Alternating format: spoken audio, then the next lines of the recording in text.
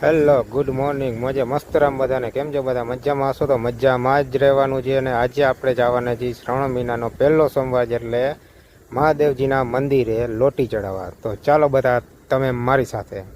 તો ફાઇનલ આપણે નાહી ધોઈને કમ્પ્લીટ થઈ ગયા છીએ અને અરીસામાં આપણું મોઢું જોઈને નીકળવાના છીએ મહાદેવજીના મંદિરે. કેમ કે આજે શ્રાવણ મહિનાનો પહેલો સોમવાર હતો એટલે આપણે જવાના છીએ મહાદેવજીના મંદિરે. આવી ગયા તુલસીમાં.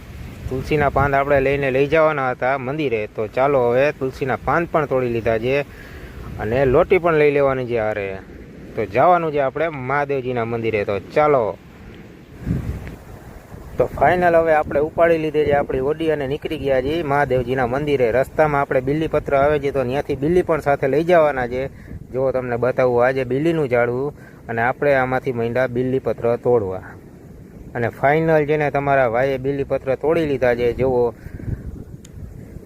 આટલા બધા તો બિલ્લીપત્ર તોડી લીધા. આમાં ભોળેનાથ તો એમ કહી જ દઈએ કે ના હાલો ભક્તો છે. અને પછી ઉપાડી લીધી આપણી લાલપરી અને પહોંચી ગયા આપણે મંદિર. ફાઇનલ આપણે ગાડી રાખી દીધી છે પાર્કિંગમાં અને આપણે જઈ છીએ હાલીને હવે મહાદેવજીના મંદિરે. જુઓ તમે આ મહાદેવજીના મંદિરે જવાનો રસ્તો છે કેમ છે બાકી જુઓ તમે કાંઈ પણ ન ઘટે. આડાવરા બહારના ઝાડીમાંથી આપણે જેને મહાદેવજીના મંદિરે ચડવાના છીએ. અને ફાઇનલ તમને દેખાડું જો આજે મહાદેવજીનું મંદિર ત્યાં અમે પહોંચી ગયા છીએ મહાદેવજીના મંદિરે. જો અમારા ફોલોઅર્સ પણ આવી ગયા છે અને પૂછે છે શું કરો છો એમ. જો આ છે મહાદેવજીનું મંદિર. આ સાવ અંદરનો સીન છે. જો કેટલા બધા ભક્તો આવ્યા છે કેમ કે શ્રાવણ મહિનાનો પહેલો સોમવાર હતો એટલે જો અમારા બાપા મહાદેવજીની પૂજા કરે છે અને તમે પણ દર્શન કરી લ્યો. આ છે આપણે બહારનો નજારો, બહારનો વ્યૂ જી છે ને રે.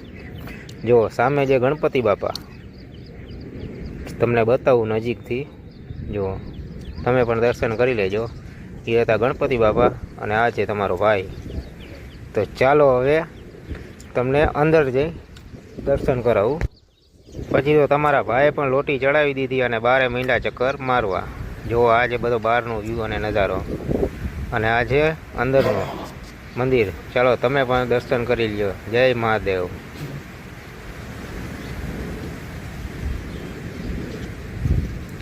તો ચાલો હવે આપણે જઈએ છીએ ઘર તરફ. જો વિડીયો ગમ્યો હોય તો લાઈક કરો, શેર કરો અને સબસ્ક્રાઈબ કરો. ત્યાં સુધી આવજો. મળીએ નવા વિડીયોમાં નેક્સ્ટ ટાઈમ અને નેક્સ્ટ ડે પર. તો જય માતાજી બધાને. આપનો દિવસ શુભ રહે.